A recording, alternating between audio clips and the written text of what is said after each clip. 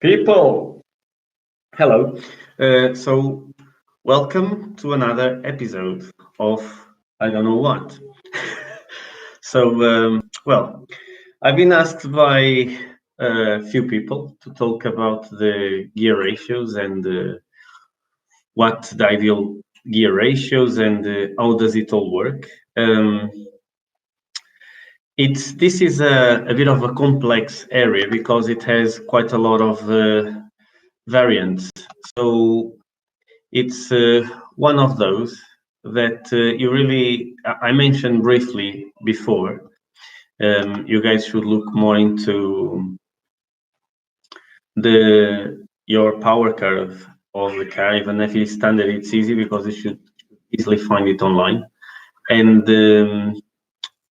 from there, you can see the gear ratio and what is more suitable for the car to have. So I think I don't need to explain what the gear ratio is. So it's very simple. It's the multiplication of the gears between themselves. So you apply a certain amount of force on the other side with a certain multiplication. It can be more or less torque at the other end.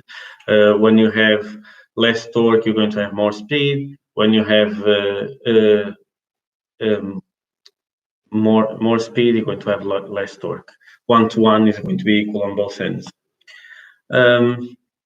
So the thing in here is like I know like a gearbox can make a big difference onto the way a car accelerates, and like this is why so many people go for shorter ratios and things like that. So it helps the car accelerating. We got already a question here. I have a basic question because I went from 338 open to 345 LST, still not mounted standard guitar gearbox for silicon, and it will go faster for sure. What about fly start? Do I need? Oh, I cannot see what he removed the question. So this is a very small difference from a 338 to a 345.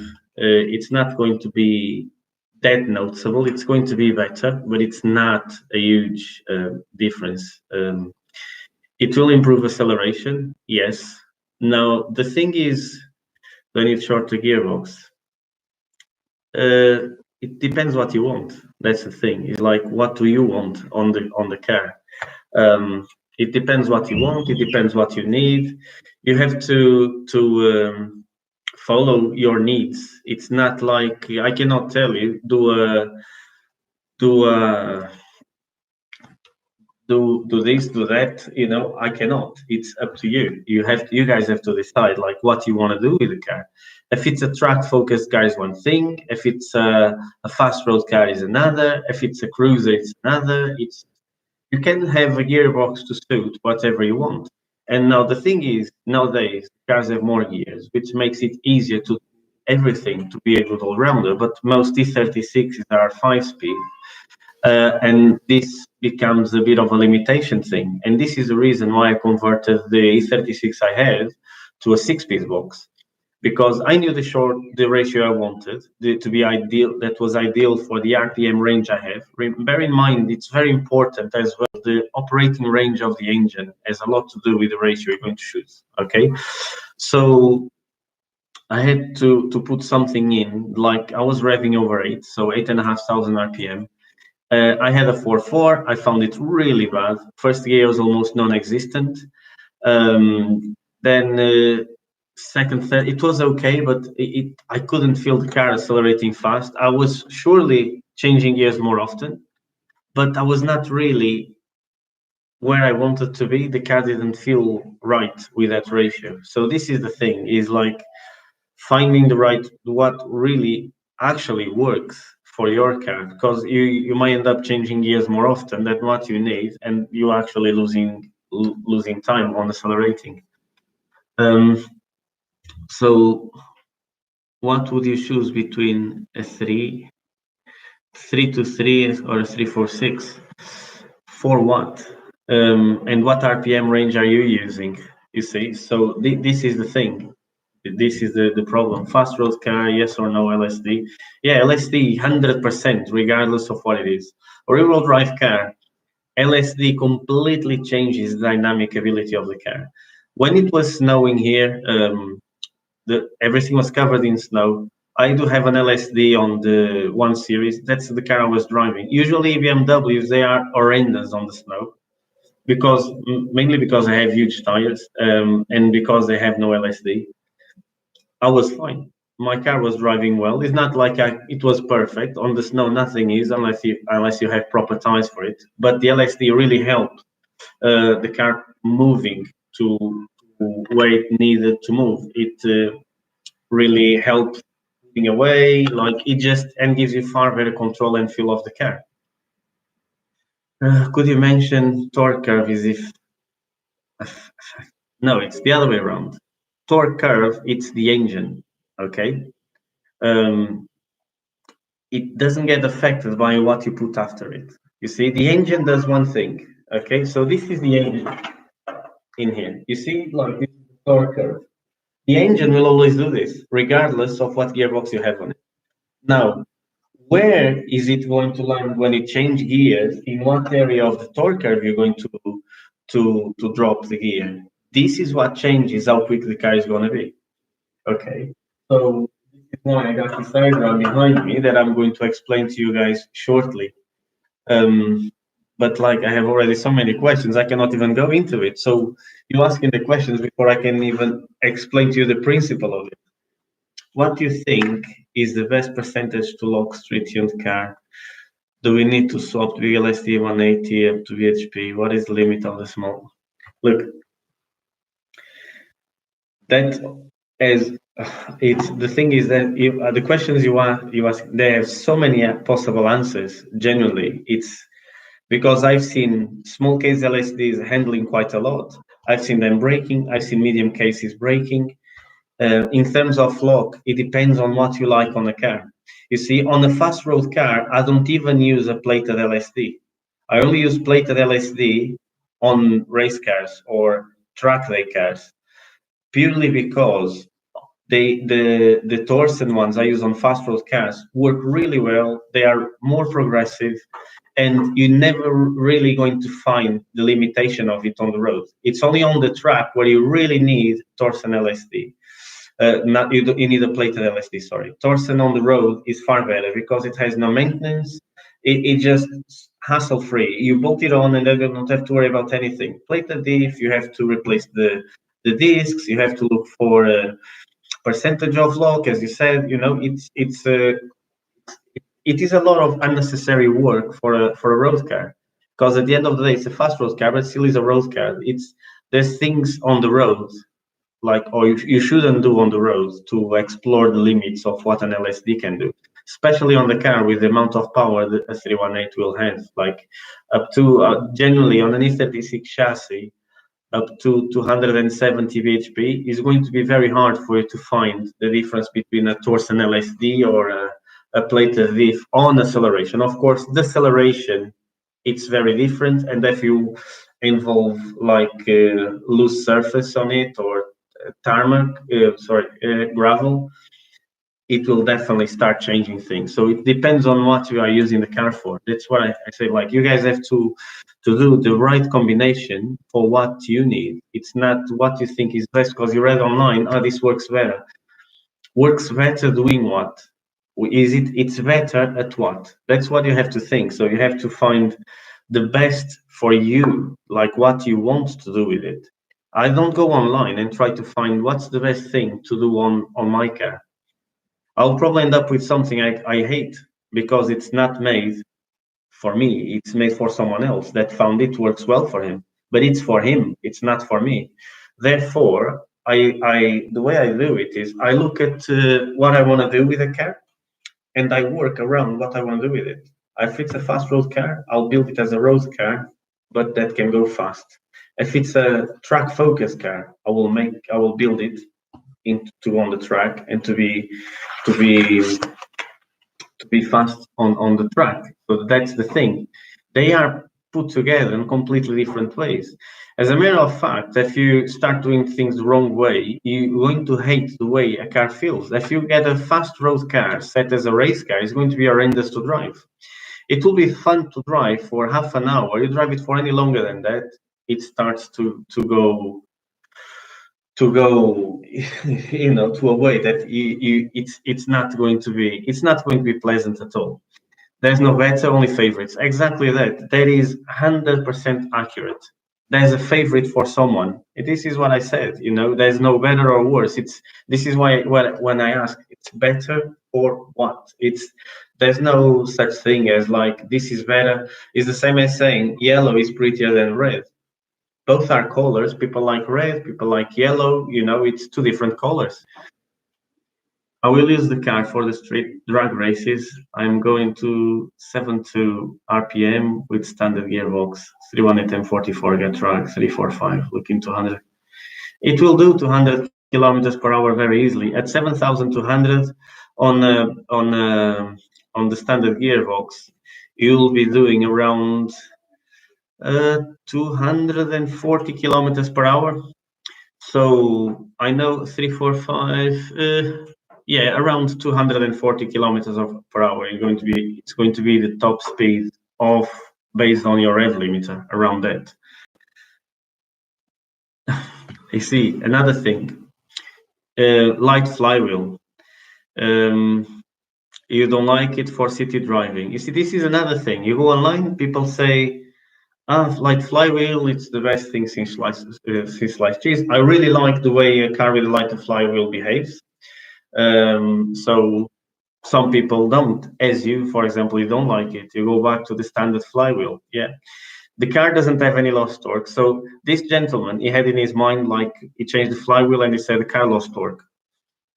As I said again, the torque is always going to be there. You can do whatever you want before or after the engine, after the engine and after the flywheel. It's not going to change whatever the engine has. It's just going to be delivered differently. Okay, so this is the difference you're going to get. If you see you dyno an engine on an engine dyno, you can change whatever flywheel you want. Put a 500 kilo flywheel on it. It's going to deliver exactly the same. Now, that doesn't change the power the engine has. The power of the engine itself, it's the same. And the other thing is it's all inertia. Okay, so when you go to a heavy flywheel, it's going to be easier to control the car on the city driving. You don't have to rev it as much because it has more inertia, so it holds the engine more stable. This is what you don't like on the city driving. To me, it doesn't bother me because I'm used to it.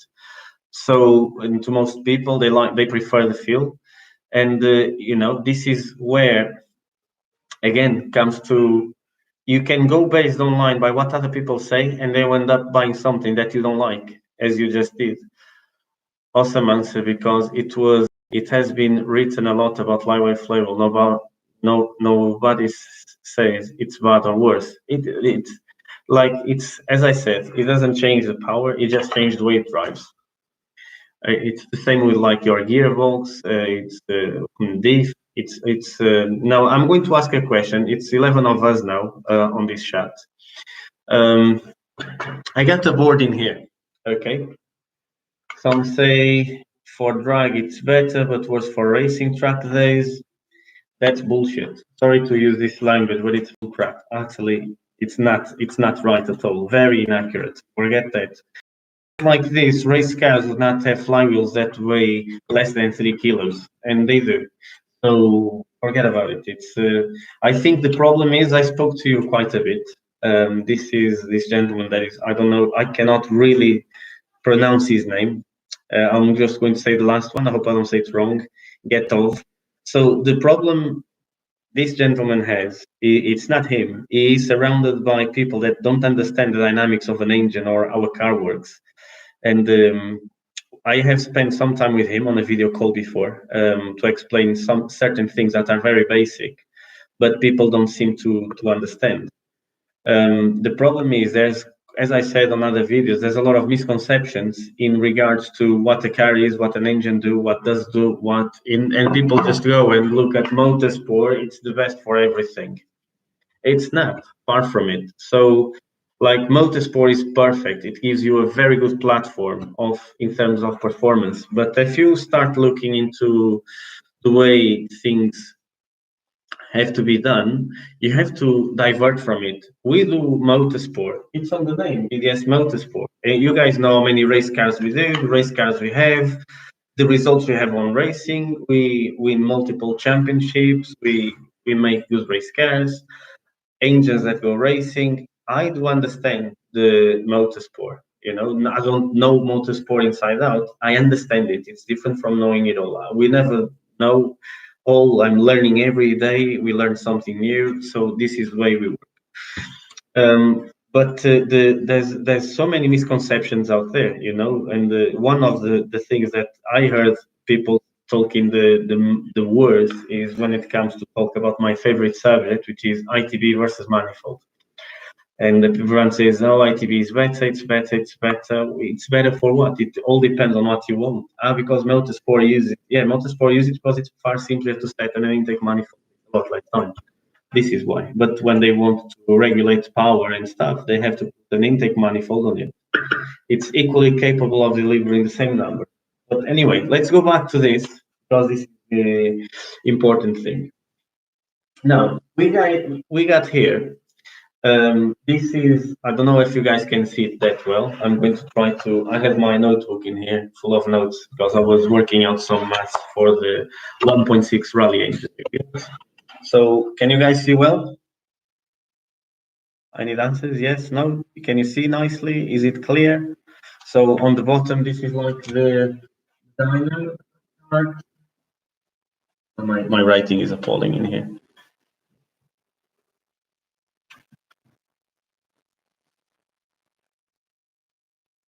Dyno, this is like the dyno line. Very bad, not really clear. Okay, this is a problem. Okay, but like it's good enough for you guys to see the graph. So we got here is the gears. Okay, 1, 2, 3, 4, 5. In here, at this axis, we have speed. This axis, we have RPM. Okay, so now we know this is the engine going up in RPM. Okay, and here is it gaining speed with the gear ratio. All right. Now I got a funny question. I did speak about it before, but I want to see if people are paying attention to it. But some others might not have seen it, so we're talking about it, so I might as well go for it. So this is way to. So let's say you accelerate first gear 30 mile an hour, change in second 65, then third 90, fourth 110, fifth 130. This is just an example, okay? So it's not any specific car. I just draw it so you guys can understand what I mean. Now, the gear ratio the car has. So you will get, let's say, 425, 245, 164, 123, and 1. So the higher number is the lower gear. The lower number is the higher gear. Okay? So we got first gear accelerate. When you change to second, it went from just over 8,000, dropped to 5,500 RPM. It's a big drop, and you can see it in here. It goes from 425 to 245. It's a very big difference in ratio. So this is why you have such a big drop. Now, second to third, it drops from over 8 to 6.5, roughly. Okay, so it dropped already less. Then, but you see here, the difference is smaller. So it goes from 245 to 164. It's a much smaller difference. Then you go from third to fourth, and then it goes from over 8 and to 7, because the difference is even smaller. And the higher you go, the smaller the difference becomes, and you start seeing that between gear changes, it's dropping less RPM. This is not a bad way of having a gearbox, but this is just an example because I want to see like what you guys think of it. What I'm going to ask next is the trickier part. Now, we know how much RPM we drop, okay? We know it does the speed it does in each gear, right? We have it here on the board. We have a final drive. Again, this is an example of 391 on this case, okay?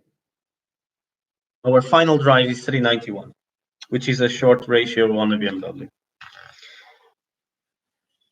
We know the distance, the difference we fall in gears. So from first to second, it's, let's call it 2,500 RPM. From second to third, it's 2,000. From third to fourth, it's 1,500. And here, it's 1,500 again. Okay, so you see how much RPM we're dropping between gear changes. And now I got the question is, and I really need you guys to answer, because I want to see what's your opinion on it, and so I can understand better the way to explain to you guys. When we change the final drive, are we going to change this at all? Is this going to get affected? What gear what RPM, how much RPM it drops? I need you guys to answer. So we changed final drive. So we're going to change this axis. Okay. The engine RPM stays the same because there's a constant. It's the engine what it does. The final drive changes this axis. Okay. Now, is this going to change the distance you have in here? So this line, okay, when it drops, is it going to change the length of the drop by putting a shorter ratio in here or a longer ratio? Is it going to change? One answer. Anyone else?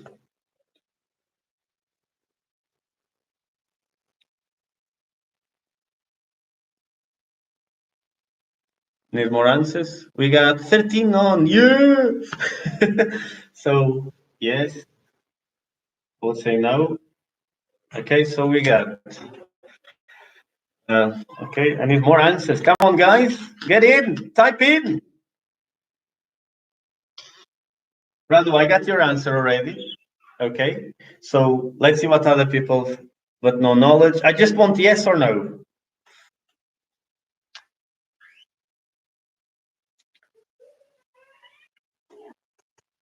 My daughter today is quite excited. I'm not sure you can hear her on the background. So, not everyone is answering. People are shy. I have no idea. Okay, guys, you have the things I just explained to you how it works. So you should understand a little bit how it already works.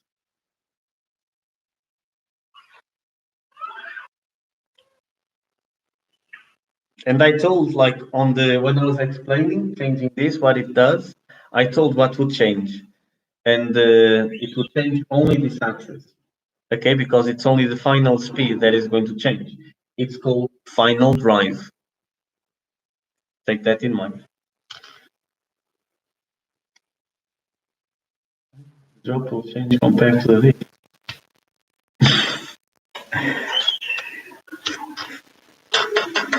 Okay, the answer is this RPM drop will never change. No, because you're not changing the ratio from this to this gear or the ratio from this to this. You are changing the final drive. This is why it's called final drive. So the only thing that is going to change is the speed. Okay, so you're going to have different RPMs at different speeds. Nothing else. It will always drop this. So if you think you're making your engine drive higher and you put a narrow power band on it and you say, I'll just put a shorter diff on it and it will be fine. It will accelerate faster still. You are a bit wrong. The only thing it will do is because the speed is going to be lower, it's actually easier for it to move on. As I said earlier, so if you reduce the output speed, it will increase torque. So you will have just more torque to accelerate faster. The shorter the diff, the more torque to the wheels you are going to have. This is the thing. So this is why I said this, the final drive only changes this thing. This RPM never changes unless you're having less or more, okay? The only thing can change the drop between gears, it's the ratio of the gears themselves. Because if you're not changing this, it's always going to fall exactly the same amount. Now, at the speed it's going to fall, it's going to be different. And again, when you go to a shorter final drive, you'll have less speed, but you'll have more torque to the wheel. Therefore, the car is going to pull quicker. So it's only because of that that it's going to accelerate faster, because it will just have more torque to the wheel. That is the thing. So this is things that you guys have to have in mind, is when you really look at it properly, you have to understand what it does. And even I had this misconception years ago when I was thinking I could do a high rev engine and then just put a shorter diff on it and it will be fine, till I realized it's not really like that. But the difference, I did start studying it to understand it, which, pardon, it's very important for people to do. So this is just to help people building up on it. And so you guys can choose better what you're doing. You see, now, this is important, okay, in regards to this. So this is the torque, and this is the power, okay? Now, when is this important? If you go from first to second, okay, let's say change it over 8, it ends in here on power, okay? And then goes back to 5 something. So it comes down to here, let's say.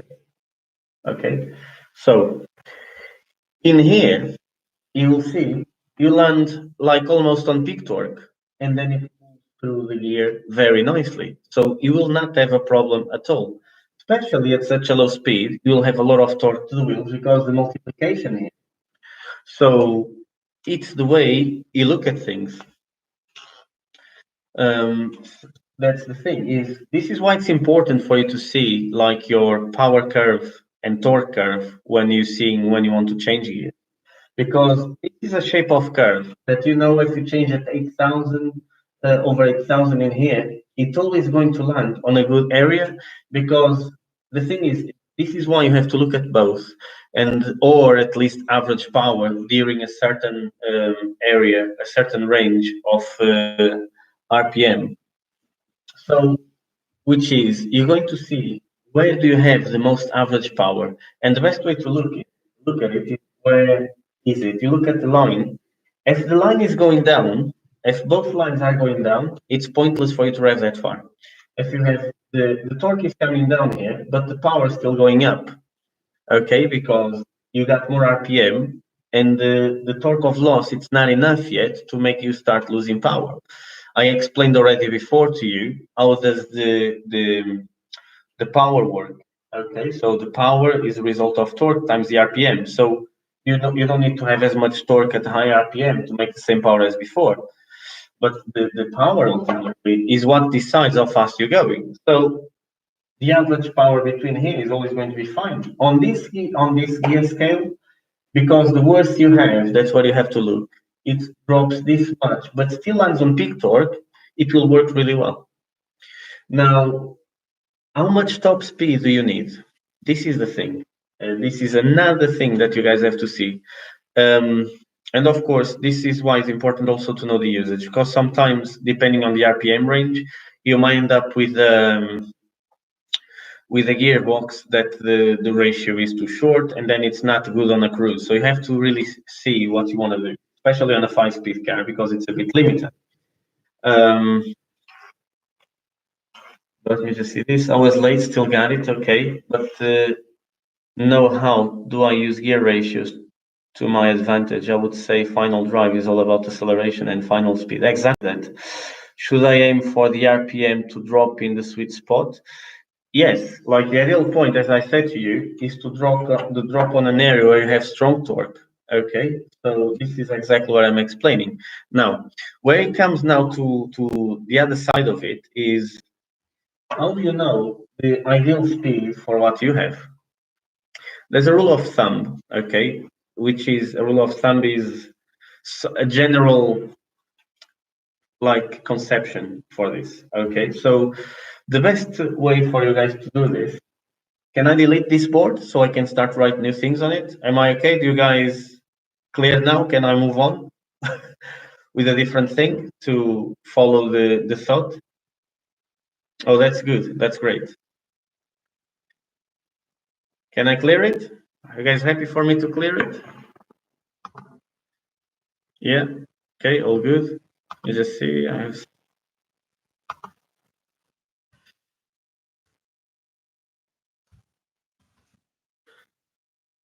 So sorry guys, I'm just telling someone to join our live stream because I would like him to be a part of it as well.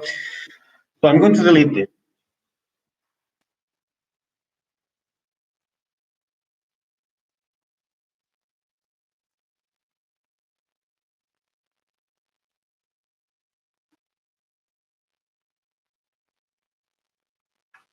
Oh. There's as I said, a rule of thumb. So for us to see the ideal ratio is the best way to roughly, okay, this is used mostly on more track focused cars than necessarily a road car. But on a road car, I would say you add another 20% on it on the final speed. So we go like this. You need the square root of your current power. Okay, let's say we got an engine with 200 HP. Okay, and we want the square root of 200. Okay, now I need to put do the math in here. Sorry guys, I cannot work out the square root of 200 by heart, and the result is 14.14. Okay, now this value time it by 5, I believe. Okay, so equals times 5. No, it's not 5.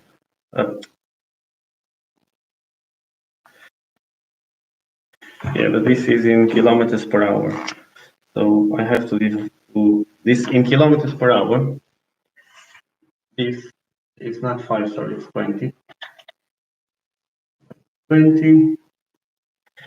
And you got 280, but this doesn't seem right. I think I missed something here. Let me find the factor right. I cannot remember by heart now. Brother.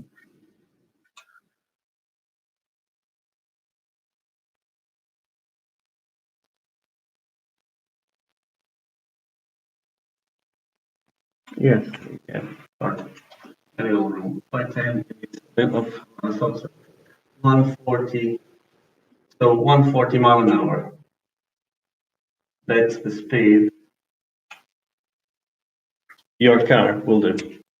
Okay, so this is a rule of thumb. It's not necessarily what it is, but it's the way it works. Let me just confirm the formula, please.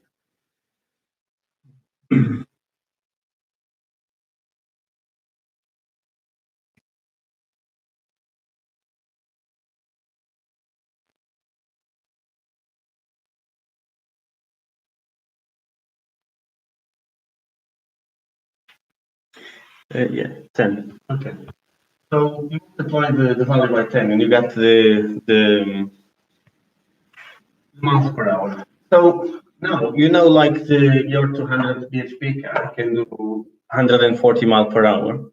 Then you can work out the best ratio to get to that speed efficiently. And as I said, like 200 bhp, you probably can do more than this, you know, but I would say like this is a rule of thumb, you know, like you can aim to have your speed up there, so you can work things out like this. So from the moment you have this, then all you do is you can go, there's plenty of online calculators. Okay, you go and see, okay, my car has 72, I want to have 140 miles per hour at 7.2.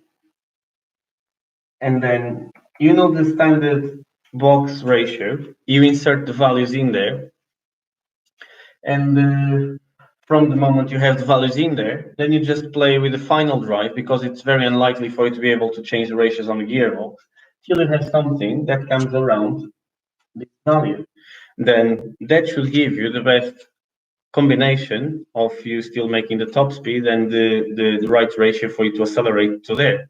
It's pointless for you to have a ratio that can do 180 miles per hour, okay, when your car can only reach 140. So you're just wasting away, changing gears. It falls out of the comfortable area, and it takes too long. So, and the wheel size. The wheel size, it's another factor. This is, you have to add everything in there to see, you know. So on the calculator, it should ask you the gear ratio, the wheel size, so it is accurate on telling you what you should put on it. So from the moment you have all of this in, ta-da, voila, you have the right way to select the ratio for your car. So the square root of the BHP times 10, you have the speed. Then this can use on a fast road car track application as well. So that's the thing. It's very unlikely for you with 100 bhp, 140 mile an hour on a track, by the way. So you have to reduce the factor if it's on the track. I would say 9. On the road, you can use 10.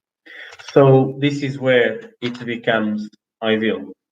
Now, as I said, if you want for fuel economy, you know, you just put a longer ratio. If you do long drives, you just put a longer ratio. Acceleration is not going to be as good, but it's good on NMPGs. Or you just add another gear to it. That's the other solution. Here is calculator. I have it, okay. Here, just a second. So you guys, I'm going to try to find a link in a minute. Sorry, guys.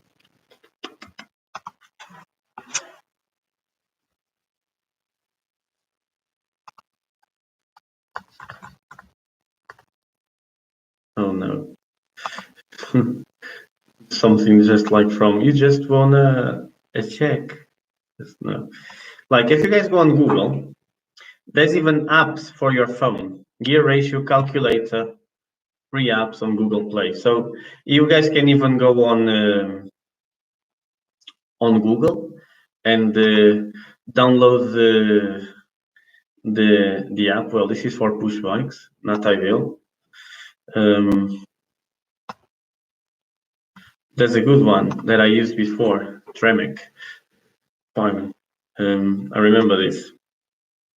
So engine RPM. Let's put it in here. I'm going to do one. Axle ratio. I'll write down here. So I'm going to delete this. We got now 140 miles per hour.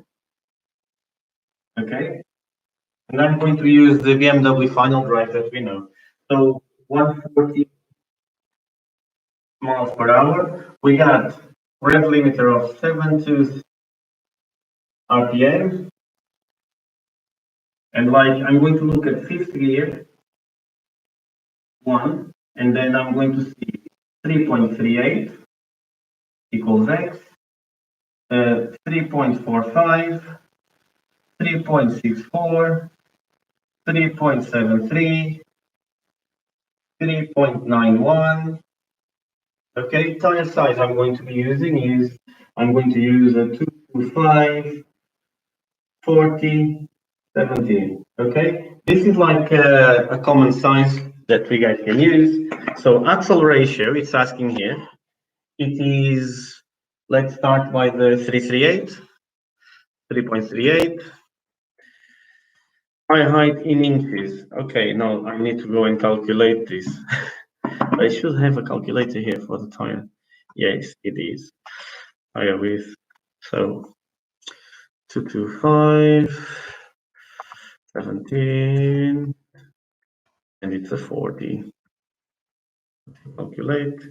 So tire width, tire height is 24 inches, 24.1. So let's put 24 inches. Not 8,000, 72.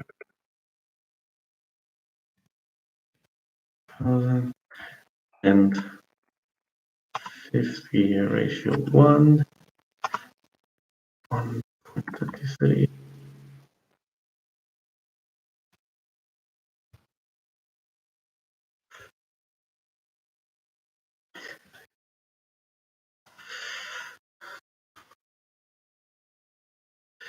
Okay, now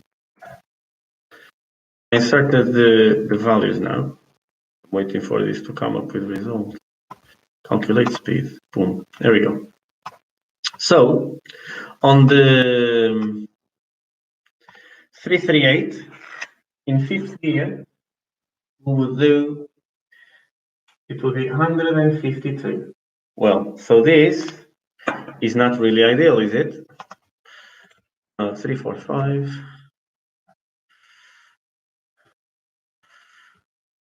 Calculate speed. So on the 345, as I said earlier, it's a very small difference, and it shows it because on the 345 it's only 149. It's not something you're really going to notice. 364. 364, it's a ratio I had for many years, and I found it fantastic. It has a good combination between acceleration and the top speed and cruise. It was just really, it works really well for on E36s on a 4-cylinder engine, of course. 6-cylinder, you don't really want to go that low unless it's on a tracker. So, and voila, something really funny now. With the 364, the speed is 141. So this is really close to that. Now we go. Anything from here is going to be more focused on the track application. 73. Calculate. So 137. 7. And then lastly, 391. I could keep going if you guys want to. 3.91.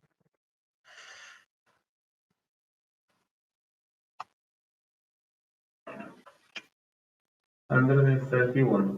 And I know this from experience as well, because one of the compacts I've done with a stage 3 top up at 130 miles an hour. So this is right. So for one, E30 has a different gearbox. So it's M42, M44 have two different ratios. M42 has this one. M44 as this one. So 338 for M44, 345 for M42. The difference is from the factory, the M42 revs slightly higher than the M44. It's 400 RPM. They have difference between M44 revs to 6.4, M42 revs to 6.8. Depending on the year, some of them are 6.6. 4.1 for E30. Yeah, but E30, as I said, has a different ratio. E30 final drive, it's not 1, it's 0.87, I believe. So it's different. So the ratio is going to be shorter. E30 has a nicer gearbox than an E36 because it has a better first gear. So that is the thing. This is the thing about the, now you understand better where you are. And now, for example, the Mr. Get Off, I'm going to do this calculation for your car. So it's 087, I think, not 08. I think they were 087 and 083, depending on the gearbox. So your car has, let's call it 170 bhp. It's a road car. Now, the square root of 170 times 9.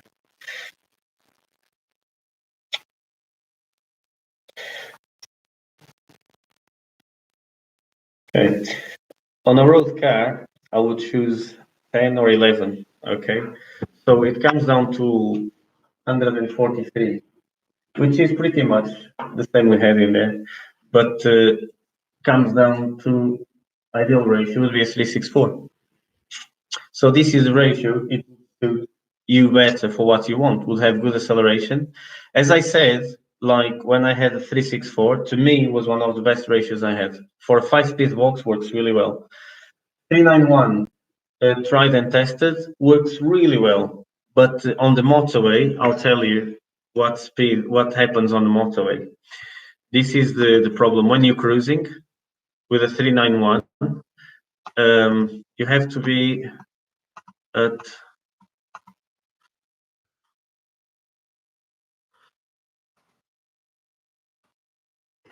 to do 73 miles an hour, which is equivalent to 120 kph. Okay, you're going at 4,000 rpm, which, like, some people don't mind, but it's quite a bit high when your engine revs to 7.2. This is the downside on the 3.9, but I found it was really nice. It's really nice to drive with a 3.9. It feels really nice. LSD doesn't change the speed, doesn't change anything. LSD just changes the way the car puts the power down. LSD has zero to do with the acceleration of it. It has to do with tractionable. It's the tractionable power of the car. It's how quick the car is going to pull high. So yeah, it's pretty high. 391 is really high. So with the 364, you cruise 3,500 RPM. You're going to be at 70 mile an hour. This is the way it is, which is 110 kilometers per hour. So it lowers around 500 RPM to this. What do you get it from the board? To calculate what the ideal speed for the power you have?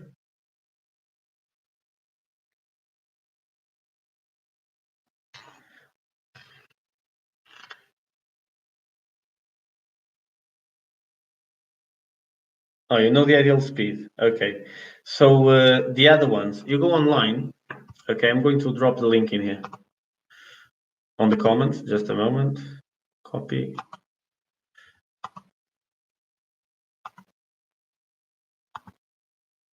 Paste.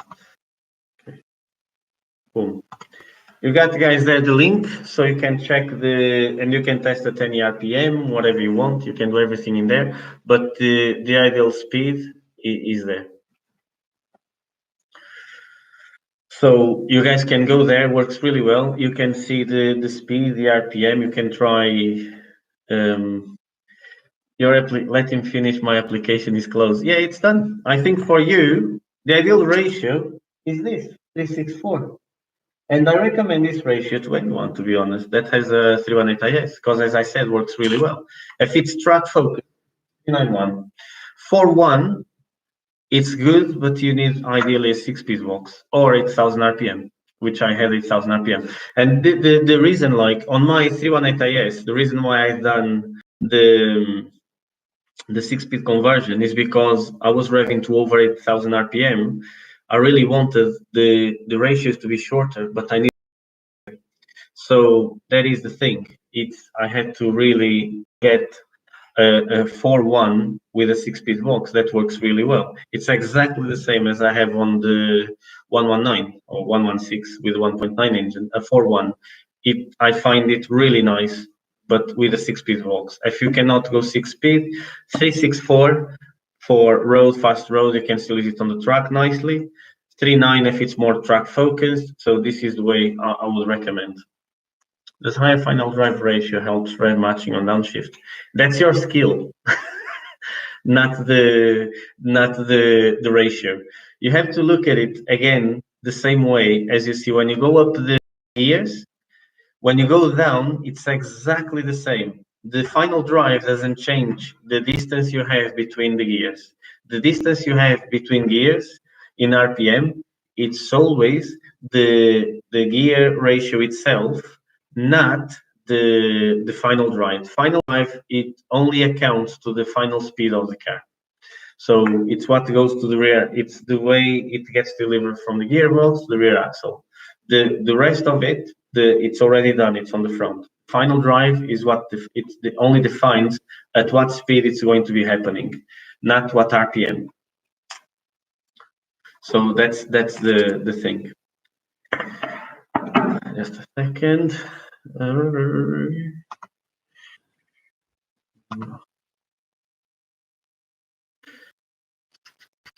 So I'm looking because I got quite a bit more to talk about than this. So I need to ask you guys, is this clear now? Do you guys understand how it works? Was it clear for you guys to understand it?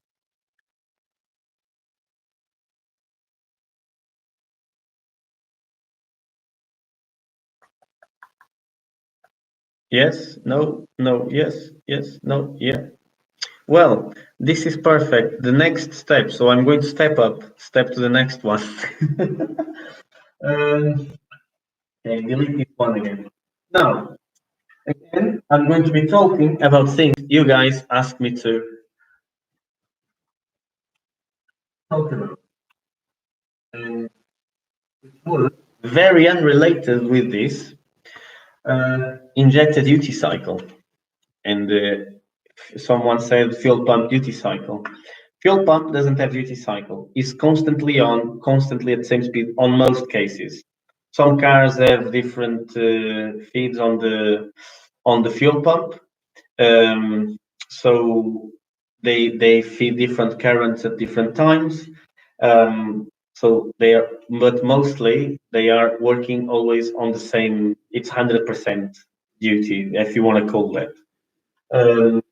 Injector duty cycle, again, you have to see what power target you have in order to make it work on the duty cycle you want to work. So when you have an injector, I'm going to write down, let's say 140. Okay. At 3 bar. This is extremely important. What this means? At 100%, at 100% duty cycle, this engine is going to be spraying 240 centimeter cubes of fluid, of like whatever is used for testing the fuel, in a minute. Okay. So now, when you go to calculate this, let's see, for example, you have I can tell you 240 cc on a 4-cylinder engine. So give me a second. Let me get my calculator out.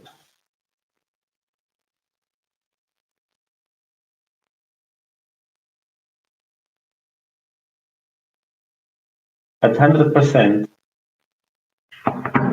would make around 185 bhp. Okay. So this is a 3 bar. It might make more. Let's call it. I would call it 190 because it all depends. This is NA. Okay, no turbo, no supercharger, nothing. So the AFRs are different. Let's call it 190 bhp. This is at 3 bar. Okay, but this is 100% duty cycle. So it's the injector maxed out. So duty cycle is, the injector works on pulse width. and it's how many pulses it has. When it's 100%, it's always open. It means it's always being fed by current. It's always like, So this is a maxed out injector. You never work with a maxed out injector on NA. The max I would ever go 95 at peak power, because the car is not going to stay there all the time, and that would make at so just a second, 175 at 95% of duty cycle. Okay, this is a 3-bar. Now, let's say, for example, you have 240cc injector, and you are like, it's hard to code this here. Like I don't really want to change the injectors. Can I make more than 190 bhp with still staying on the 95% of duty cycle? Yes, you can. So what you can do is you change the fuel pressure. Let's say if you go to 3.5 bar of fuel pressure instead of the 3 bar, it's the test pressure of that. At 3 bar, 3.5. Now you got at 95%, you got 185 bhp. Is it 180? No, sorry. You got 190. So 190 at 95%. You say, yes, still not 100, still not the 200 bhp. You can go more. Like the injectors, I've tested before, they worked fine. I found it safe to work with a standard injector up to 4 bar. More than that, not all injectors like it. So I'm going to put in here at 4 bar. It is. And I want to talk to you about something else in regards to fuel pressure. So at 4 bar, you could go to 200 bhp.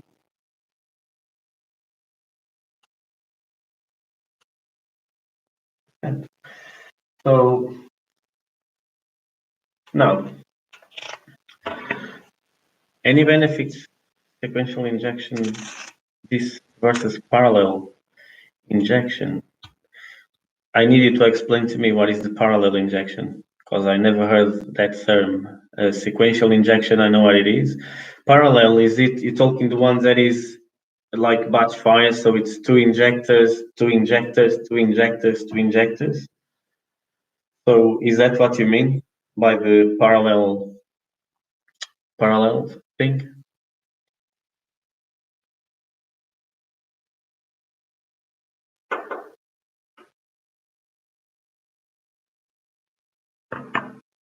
Yes, no advantage at all. That's the thing is, some cars have it, like M42s have it, for example, but because it's an old school engine, people sometimes do that. Let's say on a V8 that only has 4 outlets for injectors, they work that way. They do parallel injection, but there's no benefit at all on it. It's no, you gain nothing out of it. So you got to look at it. You gotta look at it this way. Is the other injector, it injects when there's nothing there. It's like the cylinder is not doing anything. So if the cylinder is not doing anything, you're only actually wasting fuel, nothing else. So it's one of those things. It doesn't make any sense. What CC are the standard injectors M4? I think they are 217. Okay. From my knowledge from the past that I found, it was 217 cc. You see them, when I put our intake, we raise the fuel pressure to 4 bar usually.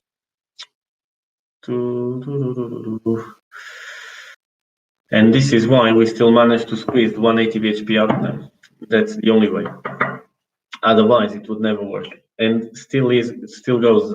They work still at very high duty cycle. This is at 95% duty cycle.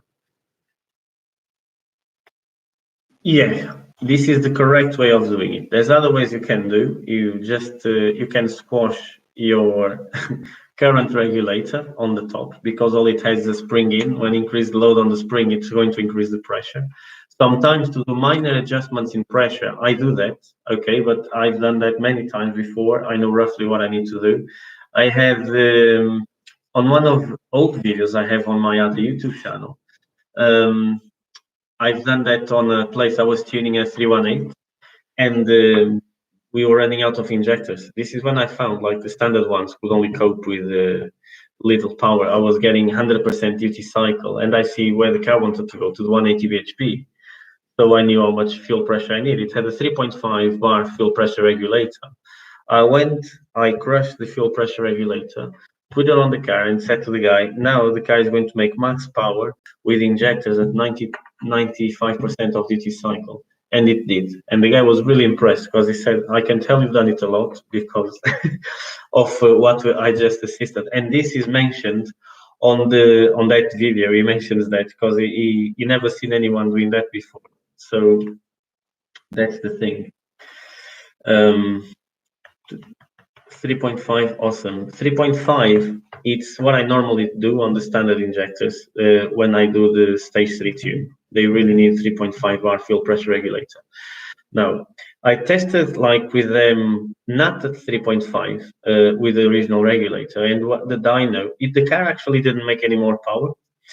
But because the injector was at is where it never should be, at 100% of duty cycle, what was happening, the torque line, instead of being just a nice line, it was just very, just it was not straight at all.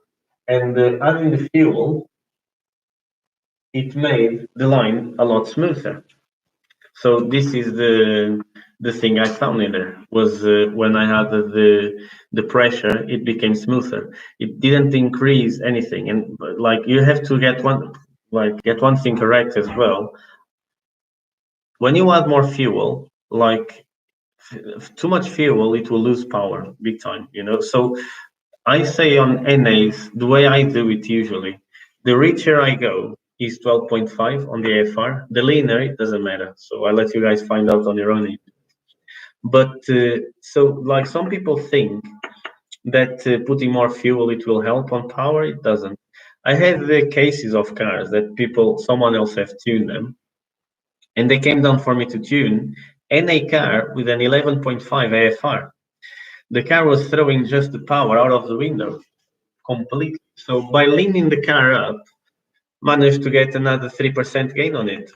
Just by leaning the car up. 3% doesn't sound like a lot, but it is. 3 to 5% is what you usually gain on fuel tweaks. And I've read somewhere someone that was claiming that by enriching the mixture from 14.5 to whatever value he was putting on, that is completely irrelevant, he was gaining on this specific engine 15 to 20 pounds, and that is not accurate at all. I tested things like that on engines on the same displacement. In this case was 2.8, and leaning the car, like the car actually makes best torque on an AFR of 14.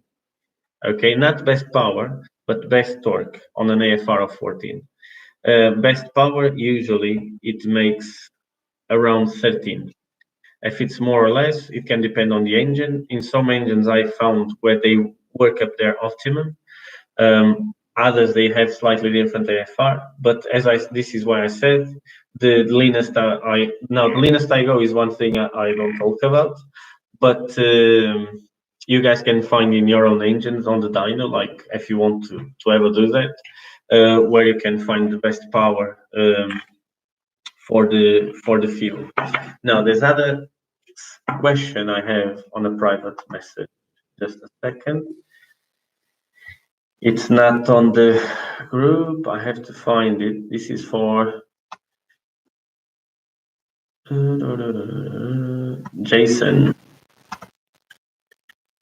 So let me just see, where is the question? I need to find it. Question. Aha, this is another good thing. IAT. What is an IAT? IAT, it refers to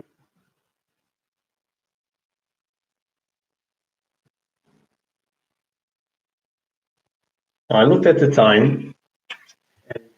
IAT refers to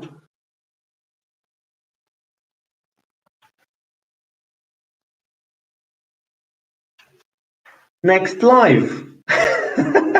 So this is the conversation we're going to have on next live. If you go for ethanol fuel, do you double the injectors? No, usually you need triple the amount of fuel on ethanol, not double. Might not be triple, but it's around that figure. You know, doubling, it's a safe measure to have, but I will go slightly bigger than what I need, as I always do. So anyway, guys, so it's enough for today's video. I'm going to be talking about intake air temperature, air density, and the relationship between air density and power. I will also talk about the volumetric efficiency of an engine at the same time, because it is all related in terms of making the power. I hope you guys enjoy this video. I'm going to try to keep them within an hour. Last one went really far out. We've done an hour and 40 minutes. Thanks to you guys to staying there and keep on asking questions, making it interesting. It's always an honor to have you guys in here. It's nice to have people to talk to. So next live, Saturday, 7 p.m. UK time. Guys, stay tuned. I'm thinking of bringing some other things to the table. There's a thing I would like to do, but I still need to find a platform for it. Because you guys are always there with me and everything, I want to start bringing people into the live videos as well, so we could discuss these things as well, but talking to each other, so the others could get on. So if you guys know what sort of app does that, it's something that we could do. It would be more fun. So thank you very much. One thing is for sure, I have one thing faster than you, my internet connection. Yes, my internet connection at home, it's never been the greatest, but believe me, it's much better now than it has been in the past. So guys, thank you very much for your time. I hope you enjoyed it. As you guys know, find more people to join in. Share. You guys already subscribed, ones I'm talking to, I know, but share this video so more people can learn about things and don't have misconceptions about the wrong things. So again, thank you very much, guys. Stay safe out there, and that's it. I'll see you on Saturday.